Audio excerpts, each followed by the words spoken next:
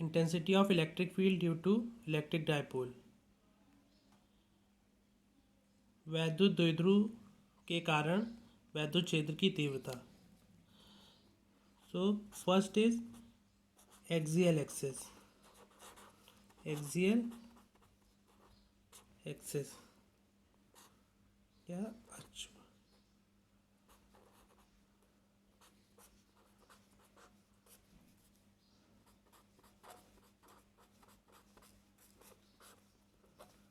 For this first we will draw the diagram. इसके लिए सबसे पहले हम डायग्राम बनाएंगे।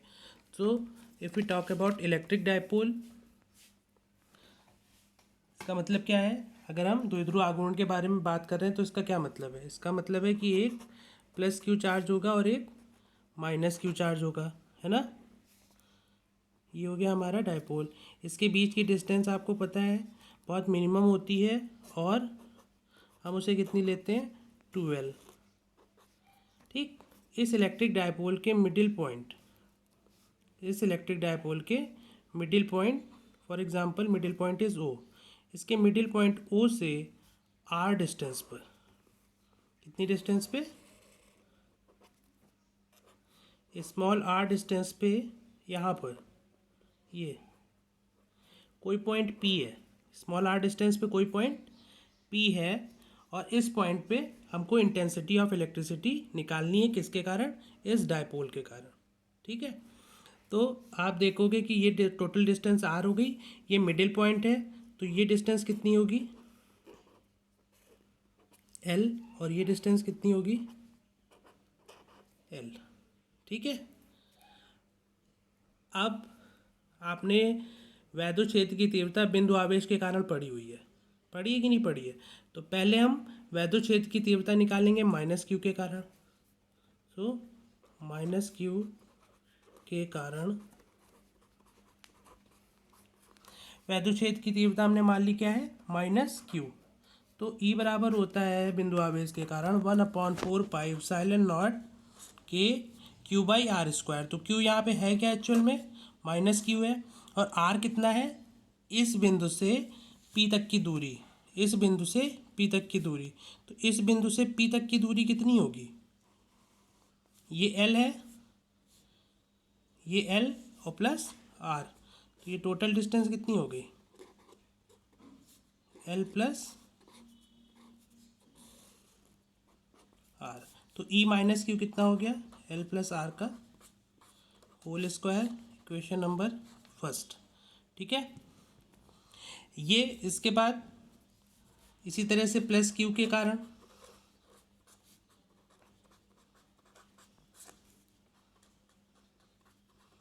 प्लस क्यू के कारण तीव्रता हो जाएगी 1/4πε0 के क्यू। तो क्यू यहाँ पे प्लस क्यू है और upon R square. R square मतलब इस पॉइंट से इस पॉइंट की डिस्टेंस। तो इस पॉइंट से इस पॉइंट की डिस्टेंस क्या होगी? टोटल डिस्टेंस ये कितनी है? आर। आर में से अगर एल को हम सब्ट्रैक्ट कर दें तो कितना बचेगा? इस पूरे आर में से हमने एल को हटा दिया, तो ये डिस्टेंस निकल आई हमारी। ठीक है। तो ये हो गया हमारा आर माइनस एल का होल स्क्वायर। Equation number 2। अब टोटल इंटेंसिटी अगर हम की बात करें, टोटल इंटेंसिटी या कुल तीव्रता, तीव्रता मतलब वैद्युत क्षेत्र की तीव्रता, कुल तीव्रता E net is equal to क्या होगा?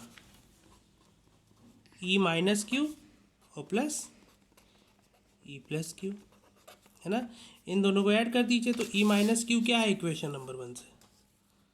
1/4πε0 के minus q upon L plus R का होल स्क्वायर। और ई प्लस क्यू क्या है? 1/4πε0 के q upon R minus L का होल स्क्वायर। ठीक है। तो अब इसमें देखिए कॉमन क्या होगा? कॉमन हमारा हो जाएगा 1/4πε0 के और क्यू। क्यू इसमें भी है, क्यू इसमें भी है, ये इसमें भी है, इसमें भी है। जो चीज़ कॉमन है हमने कॉमन ले ली।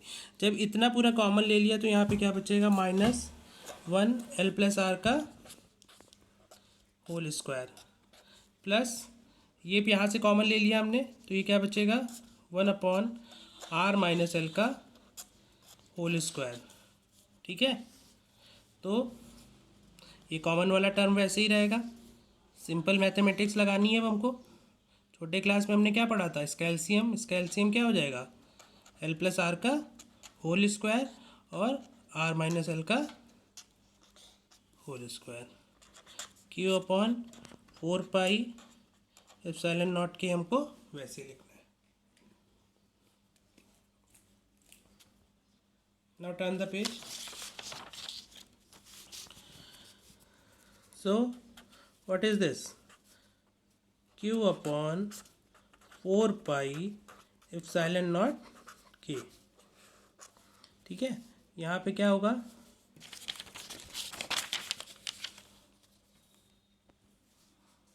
यहाँ पे जब हमने एलसीएम ले लिया l+r का होल स्क्वायर, तो यहाँ पे क्या हो जाएगा -r-l का होल स्क्वायर, और यहाँ पे प्लस ये टर्म कैंसिल हो जाएगा, यहाँ पे ये टर्म कैंसिल हो जाएगा, यहाँ क्या बचेगा l+r का होल स्क्वायर।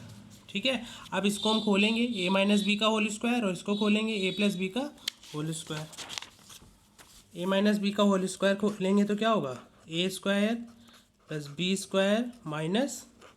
2ab। उधर a+b का खोलेंगे तो क्या होगा a² मतलब r², b मतलब l² + 2rl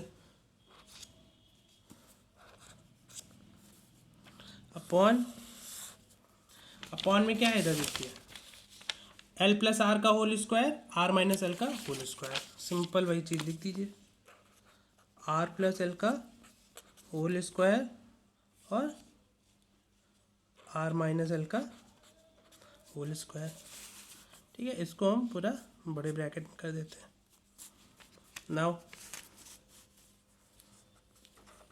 Q/4πε0 k, इसको ओपन कर दीजिए तो माइनस का r² हो जाएगा, माइनस का l² हो जाएगा, ये माइनस माइनस प्लस हो जाएगा। ब्रैकेट खुलेगा तो अंदर के सारे साइन क्या हो जाएंगे, चेंज हो जाएंगे ना, +l² + 2rl अपॉन r।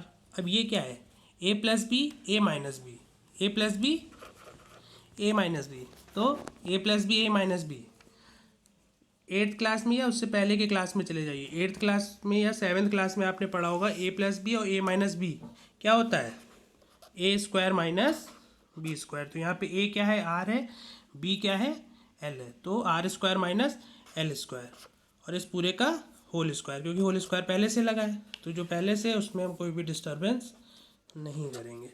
ये देखिए क्या होगा, प्लस का r² माइनस का r² प्लस का r² माइनस का l² प्लस का l², और ये क्या हो जाएगा 2rl + 2rl मतलब 4rl।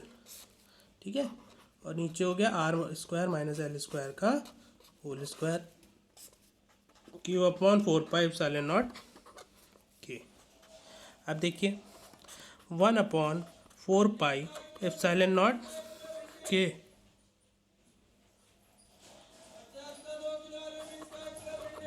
4qrl upon r² - l² का होल स्क्वायर। अब इसमें एक काम करते हैं, इसको हम लिख लेते हैं क्या 2 × ठीक है 2 × q × 2l × r, ऐसे लिख सकते हैं भाई। 2 × 2 = 4, q भी है r भी है l भी है, इस तरह से लिखा जा सकता है। l जो है that is very very less than at compare to l। अगर हम l से कंपेयर करते हैं तो r के कंपैरिजन में l जो है बहुत ही छोटा है, तो r के कंपैरिजन में l को हम क्या ले लेते हैं टेंस टू 0। r के कंपैरिजन में ओवरऑल जो है l वो 0 नहीं है, बट r के कंपैरिजन में l क्या है 0, तो हमने l² को 0 कंसीडर कर लिया। तो ये क्या हो जाएगा r⁴ 4 r² × स्क्वायर, तो ये क्या हो जाएगा r⁴ 4, तो r⁴ 3 1/4πε0 एप्सिलॉन नॉट के 2 और Q12 होता है आपका P। Q12 क्या होता है? P मतलब वैद्युत द्विध्रुव आघूर्ण अपॉन में RQ। तो ये क्या हो गया 1/4 पाई एप्सिलॉन नॉट के 2P, क्योंकि ये सदिश राशि है इसलिए इसके ऊपर क्या लगा देंगे हम, तो ई क्या आ गया हमारा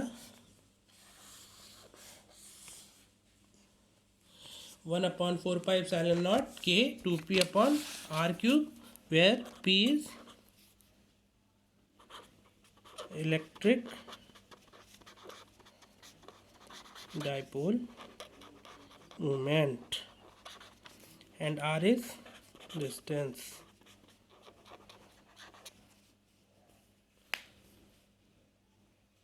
Okay,